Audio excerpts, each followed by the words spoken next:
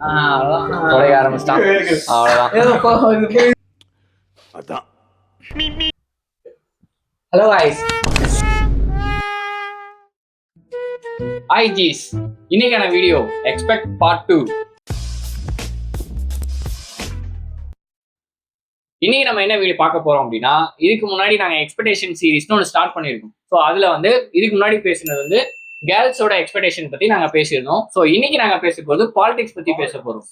So இது start பண்ண போறது, இதை பத்தி எல்லாமே தெரிஞ்சுட்டு வந்தது வந்து ராஜேஷ் தான். So hand over to Rajesh. இன்னைக்கு என்னெல்லாம் பண்ண போறாரு? ஓகே ஜீஸ், நான் கொஸ்டினோட வந்திருக்கேன்.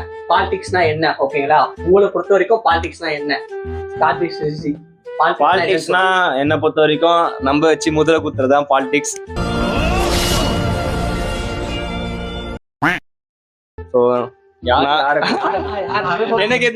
எனக்கு நடந்த எக்ஸ்பீரியன்ஸ் இல்ல, எங்க அப்பா நடந்த எக்ஸ்பீரியன்ஸ். ஒரு கட்சியில வந்து இருக்காரு, அதுவும் ஒரு அந்த கட்சியை சொல்ல விரும்பல. அந்த கட்சி பேரு வந்து கேள முடியும்.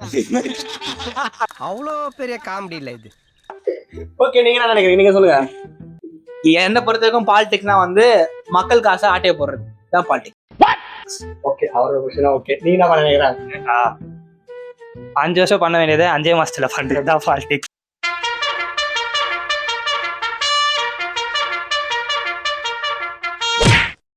நீங்க G? It's a business. It's a business. Profitable business without investment. This is business. This is my sweat. I know, but I did business.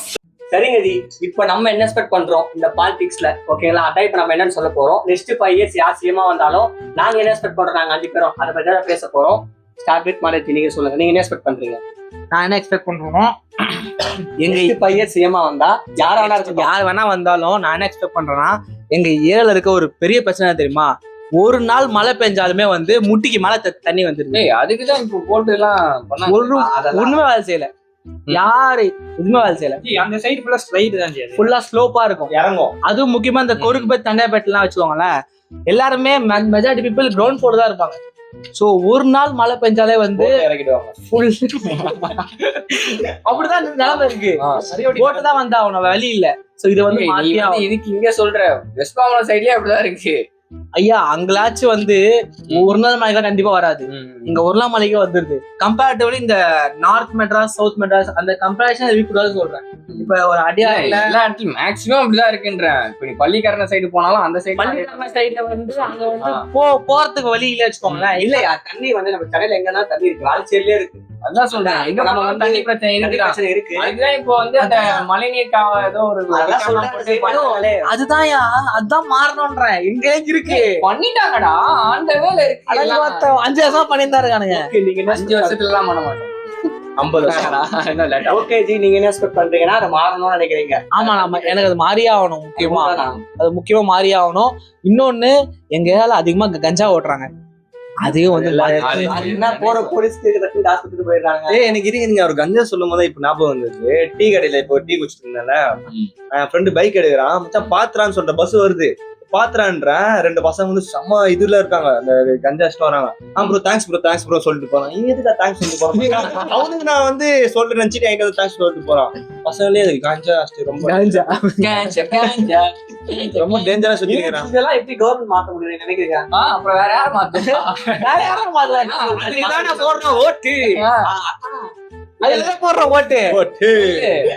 யாரும் மாத்தணும் எக்ஸ்பெக்ட் பண்றேன். அவர் என்ன சொல்லுவாருன்னா, நம்மள மாத்திக்கணும்னு சொல்லுவாரு. அதுக்கு நானே போய் எங்க வீட்டுல காவல் ஓட்டுறது இருக்குவா?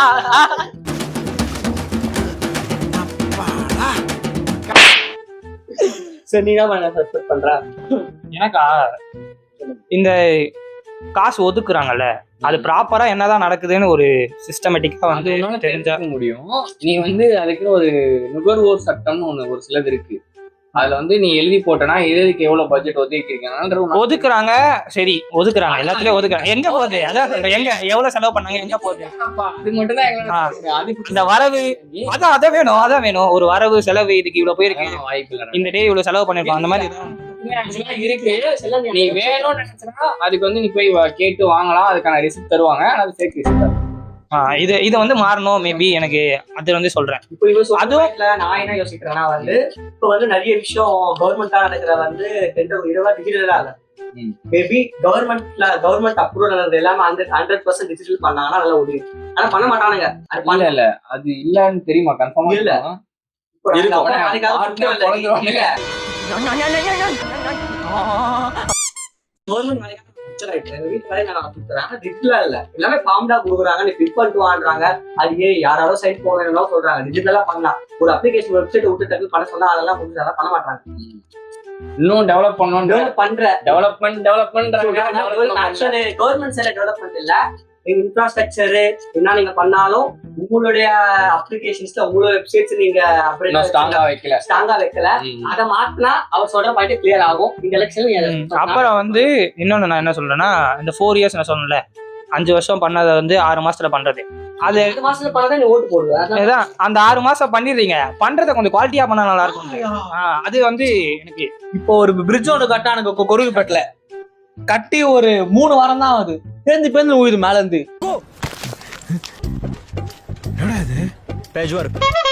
ஆமா நானும் பார்த்தேன். சத்தியமா இப்ப நீங்க தாண்டி ஒரு பிரிட்ஜ், அந்த பிரிட்ஜ் தான் பேருந்து ஊயுதியா மோசமா கட்டிருக்கானுங்க. மாதிரி ஏதாவது ஒரு டிசாஸ்டர் மாதிரி ஏதாவது நடந்துச்சு முடிஞ்சிச்சு. எத்தனை ஒரு 2 கார் போனல, ஒரு கார் போனாலும் ஒரு பைக் கஷ்டமா இருந்துச்சு. அந்த மாதிரி கட்டியிருக்காங்க. அதை வந்து குவாலிட்டியா பண்றதான் பண்றான். சரி 6 மாசம் அவ்வளவு நாள் காசு சேர்த்து வச்சான்ல, கொஞ்சம் நல்லா பண்ணலாம். அது மாதிரி லாஸ்ட் 6 மாசத்துல நல்லா குவாலிட்டியா பண்ணுங்க. அட்லீஸ்ட் அதையாவது பண்ணுங்க. பண்றதே பண்ணல, 4 வருஷம் பண்ணல. அட்லீஸ்ட் அந்த 6 மாசமா நல்லா பண்ணுங்க. அது நீ கேட்ட ஒவ்வொரு கேள்வி என்ன செருப்பால் அடிச்ச மாதிரி இருக்குடா. மாதிரி இல்ல, உண்மையிலே செருப்பால தான் அடிச்சது. நல்லா குவாலிட்டியா கொடுப்பாங்க. அதாவது அவங்க நல்லா குவாலிட்டியா பண்ணிட்டாங்கன்னா அப்புறம் அடுத்த எலெக்ஷன்ல வந்தா எப்படி அடிப்பாங்க எனக்கு தெரியும். அது ஓட்டு போடாதீங்க. ஓட்டு போடாதீங்களா? இவன் தீவிரவாதிங்க. ஓட்டு போடாதீங்க. அவங்களுக்கு ஓட்டு பண்றீங்க. யாருக்கும் ஓட்டு போடாதீங்க. வீட்லயே இருக்கேன். எனக்கு எக்ஸ்பெக்டேஷன் வந்து இப்போ நார்மலா எனக்கு இந்த இலவசம்லாம் கொடுக்குறாங்கல்ல, அந்த மாதிரியான இலவசங்கள் கொடுக்கலாம் என்ன இன்னைக்கு ரொம்ப ஜாம் ஆகுது கூடாதுன்றது என்னோட இது கிடையாது. பட் ஆனா எஜுகேஷன் இப்போ நார்மலா எல்லாரும் கேட்கறது என்ன, எஜுகேஷன் கிளியரா கொடுத்துருங்க, அது போதும் எங்களுக்கு, நாங்க படிச்சு மேல வந்து நாங்க பார்த்துப்போம், கொடுக்குற ஹாஸ்பிட்டல் விஷயத்த எல்லாம் எங்களுக்கு கரெக்டா கொடுங்க, அதை நாங்க பார்த்துப்போம் அப்படின்றாங்கல்ல. அதை கரெக்டா கொடுக்கலாம் இன்னும். ஏன்னா நீங்க இப்போ இது வரைக்கும் நீங்க சொன்னது எல்லாமே கொஞ்சம் ஃபிளாஸ் தான், கவர்மெண்ட் சைட்ல இருக்க ஃபிளாஸ் எல்லாம் பேசுறோம். பட் இப்போ கொஞ்ச நாளா எனக்கு தெரிஞ்சு கவர்மெண்ட் ஹாஸ்பிட்டல்ஸ்ல ஓரளவுக்கு ட்ரீட்மெண்ட் ஓரளவுக்கு நல்லா இருக்கு. இப்ப ட்ரீட்மெண்ட் ஓரளவுக்கு நல்லா இருக்குன்ற மாதிரி நானே ஃபீல் பண்ணேன். என்னோட ஒய்ஃபுக்கு நாங்க இப்ப பிரெக்னன்சிக்கு ஃபுல்லாவே நாங்க இதுலதான் பார்த்தோம், கவர்மெண்ட்ல தான் பார்த்தேன். அதுல இன்னொன்னு என்னன்னா, இப்போ அது ஏன் பார்க்க முடிஞ்சதுன்றதையும் நான் சொல்றேன். நான் கொஞ்சம் வந்து ஒர்க்ல கொஞ்சம் எனக்கு ஃப்ரீ டைம் இருக்க மாதிரி இருந்தது. கொஞ்சம் நான் பர்மிஷன் கேட்டா எனக்கு உடனே கிடைக்கிற மாதிரி, நான் போய் பாக்குற மாதிரி இருந்ததால என்னால கவர்மெண்ட்ல ரீச் பண்ணி என்னால பார்க்க முடிஞ்சது. இதுவே ஒரு 9 to 5 ஜாப்ல இருக்காங்க, கம்பல்சரி அவங்க ஆபீஸ் போகணும் அப்படின்னா கண்டிப்பா நீங்க கவர்மெண்ட் சொல்றீங்களா, அந்த கவர்மெண்ட்லயே வந்து அட்டெண்டன்ஸ் சொல்லி நம்ம இருக்கோம்ல. ஆனா அந்த அட்டெண்டர் எதுக்கு இருக்கோம், நம்ம இப்போ நீங்க சொல்ற மாதிரி 2-3 நாள்ல முடியல ஓட்டுறாங்க. ஆமா அது நடக்குது. அது அதாவது என்னன்னா, இன்னும் அட்மினிஸ்ட்ரேஷன் லெவல்ல வந்து இன்னும் ப்ராப்பரா இல்ல.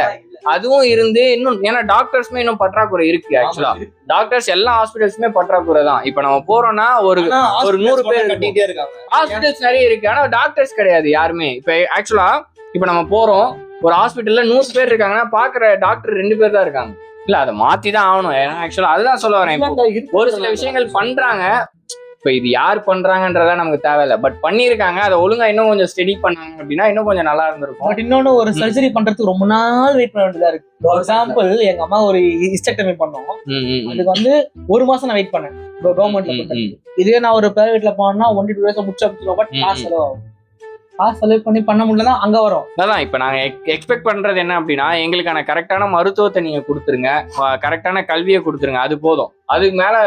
அதுக்கு மேல இன்னும் லோ பாட்டம்ல இருக்கிறவங்களும் நீங்க காசு கொடுங்க, டிவி கொடுங்க, ஃப்ரிட்ஜ் கொடுங்க, எல்லாமே கொடுங்க, அவங்களுக்கு எங்களுக்கு பிரச்சனை கிடையாது.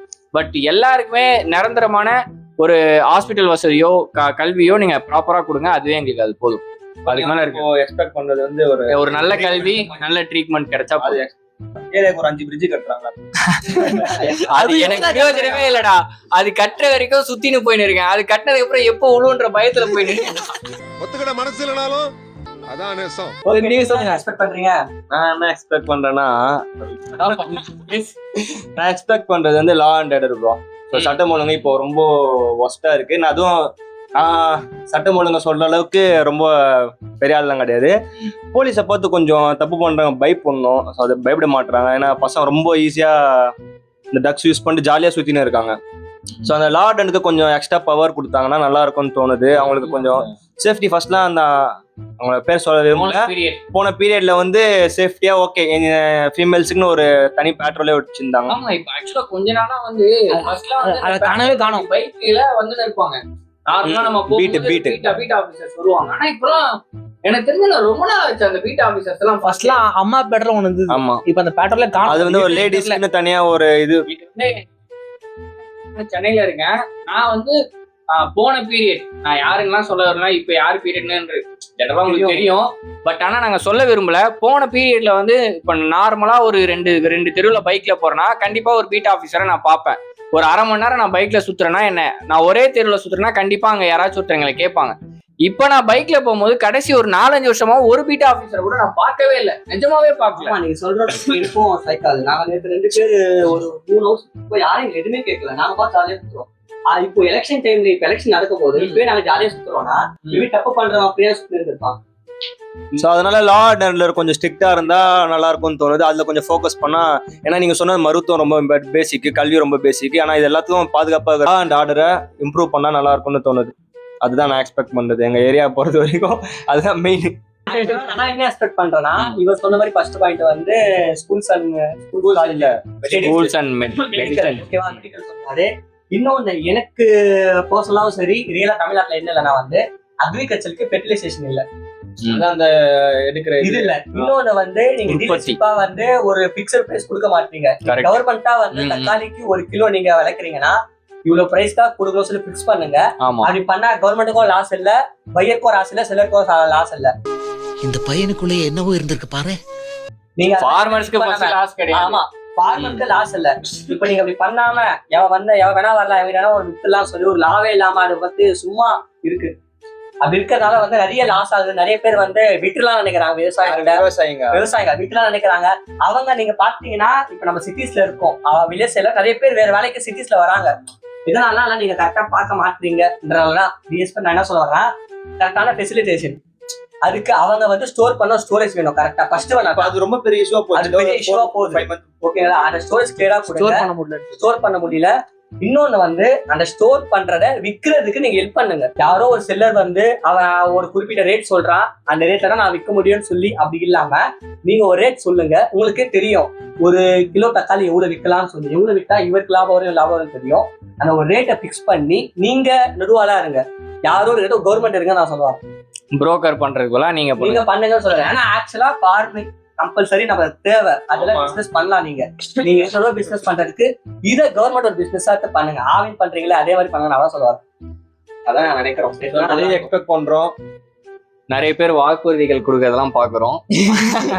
அந்த வாக்குறுதிகள்ல நீங்க காசு கொடுங்க கொடுக்காம போங்க அதெல்லாம் எங்களுக்கு தேவையில்ல. தங்கம் கொடுக்காம தேவையில்ல. பைக்கு கொடுக்குறீங்க ஆனா எங்களுக்கு தேவையான விஷயங்கள், பேசிக்கான விஷயங்கள் நீங்க எங்களுக்கு ப்ராப்பரா பண்ணி கொடுங்க. அது நாங்களே சரி. லாஸ்டா எனக்கு ஒரு கேள்வி. இந்த நான் எக்ஸ்பெக்ட் பண்ணதுல யாருக்கிட்ட இருந்து வரும் நீங்களா நினைக்கிறீங்க? மாதேஷ் யாருக்கிட்ட இருந்து வரும்? எல்லாம் கட் பண்றீங்க. யாருக்கிட்ட இருந்து வரும்னு நினைக்கிறீங்க? யாருக்கிட்ட இருந்தும் வராது. லலிதாவா?